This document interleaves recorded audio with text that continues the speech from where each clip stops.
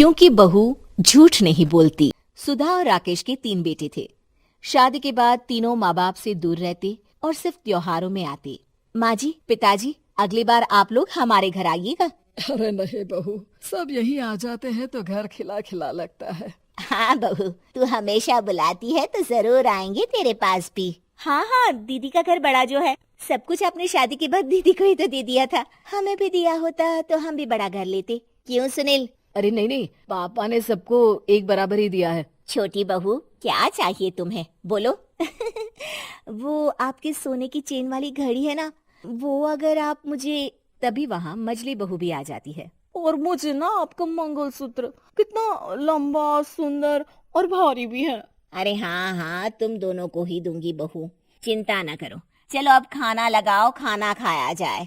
सभी मिलकर खाना खाते हैं कि पड़ोसन आ जाती है। अरे सुधा बहन, थोड़ी चीनी तो देना, घर में शक्कर नहीं है और मेहमान सर पर बैठे हैं। अरे छोटी बहू, चाची को शक्कर तो दे दो। अरे मछली दीदी, आप दे दीजिए ना, मैं यहाँ कम आती हूँ तो मुझे पता ही नहीं है कि सासू माँ सारी चीजें कहाँ रखती है। और तुम, मैं कौन सा यहाँ रोज शक्कर फाँकने के लिए आती हूँ, मुझे भी नहीं है पता। तभी बड़ी बहू हाथ में चीनी की कटोरी लेकर आती है। चाची, शक्कर आप लोगों का बड़ा सहारा है माँ जी और पिताजी को, वरना हम लोग तो यहाँ रहते ही नहीं। आप जैसे पड़ोसी हैं तो हम निश्चिंत हैं। और जीते रहे बहू, अब तो ये घर पड़ोस कम परिवार ज्यादा लगता है। सुधा अपनी बड़ी बहू को देखकर बहुत खुश रहा करती थी। वो उससे अक्सर घंटों बात भी किया करती, लेकिन दोनों दूसरी बहुओं का भी वो समझती थी कि शायद छोटी है, वक्त आने पर संभल जाएंगी। समय आ जाता है जब सभी को वापस जाना होता है। माँ जी, हम लोगों की फ्लाइट पहले है, हमें इजाजत दे। वो सास के गले लगकर चली जाती है। थोड़ी देर बाद छोटी बहू कहती है, माँ जी, मैं ना ये सोफे के कवर और चादरें ले जा रही हूँ, यहाँ तो ऐसी ही पड़ी रहेंगी। हाँ हाँ बहू, ले जा, और कुछ चाहिए तो बोल। और तो चाहिए बहुत कुछ, पर चलिए कोई बात नहीं, अगली बार ले जाऊंगी मैं। ऐसे ही मंजली बहू भी घर का बहुत सारा सामान ले जाती है। सभी के जाने के बाद सुधा राकेश से कहती है, घर कितना सूना लग रहा है ना। हाँ, और खाली भी। तुम्हारी दोनों बहुएं सब बटोर गई। अरे ठीक है ना, हम दोनों ही तो हैं, कितना सामान लगेगा। फिर उन लोगों की नई गृहस्थी, इतना मत सोचा करे। समय बीतता है। ऐसे ही हर साल त्योहारों में सुधा और राकेश के बच्चों की बहू आते और जाते वक्त ढेर सारा सामान पैक कर कर ले जाती। लेकिन कुछ ही सालों में सुधा का देहांत हो जाता है। पिताजी, आप यहाँ अकेले क्या करेंगे? हम लोगों के साथ चलिए। अरे नहीं नहीं बहू, इस घर में सुधा की यादें हैं, मैं उसे नहीं छोड़ सकता हूँ। अब तुम लोगों की माँ नहीं रही। देख लो, वैसे तो मैंने उसके जीते जी सब कुछ दे दिया है, लेकिन कुछ इसका पर्सनल कीमती सामान था जो ये है, ले लो। सामान में होती है एक घड़ी और एक मंगलसूत्र। माँ जी ने कहा था कि वो ये घड़ी मुझे देंगी। हाँ हाँ, पिताजी, माँ ने सबके सामने ये घड़ी सरिता को देने के लिए कहा था। उठा लो सरिता माँ की घड़ी। अब क्या था, छोटी बहू फट से घड़ी उठा लेती है। और पिताजी, ये मंगलसूत्र तो माँ ने मुझे ही देने को कहा था, याद है ना? वो सभी की ओर इशारा करती है। तू भी ले ले ये हार बेटा, कोई बात नहीं। मंजली फटाक से हार उठा लेती है। ससुर बड़ी बहू की तरफ देखते हैं। तुझे क्या दूं बेटा? पिताजी, माँ ने एक चीज मेरे लिए भी रखी है।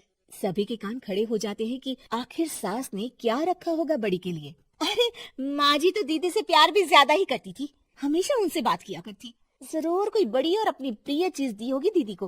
और देख लेते हैं ना, वरना तो हम भी बराबर का बंटवारा करेंगे। हाँ हाँ, कर लेना बंटवारा। लेकिन बड़ी बहू, बताओ तो सुधा ने क्या रखा है तुम्हारे लिए?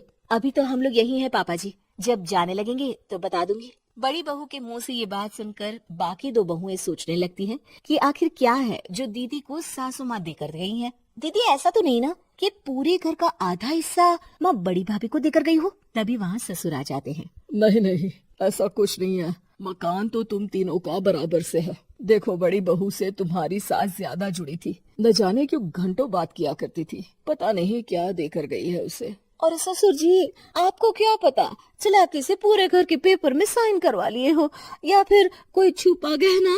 आखिर मकान पूरा तो आपने सासू माँ के नाम ही कर रखा था ना। अब घर में ये सस्पेंस बन जाता है कि आखिर बड़ी बहू क्या लेकर जाएगी।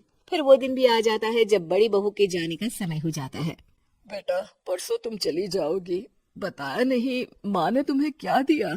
घड़ी और हार जो बेशकीमती था और तुम्हारी सास को सबसे ज्यादा प्रिय था, उसका तो बंटवारा भी हो चुका है। अब तुम्हारी बारी। हाँ पिताजी, आज मैं ये बात बताने ही वाली थी।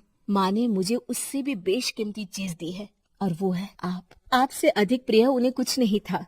माँ चाहती थी कि आप मेरे साथ रहें। चलिए पिताजी। बेटा, मेरे पास तो कोई पेंशन भी नहीं है और ना ही कोई प्रॉपर्टी। लेकिन आपके पास संस्कार है पिताजी, जो मेरे बच्चे आपसे लेंगे, तो आपको ले जाने पर स्वार्थ ही है मेरा। चलिए ना पापा। सभी के सामने पिताजी बड़ी बहू और बेटी के साथ उनके घर चले जाते हैं।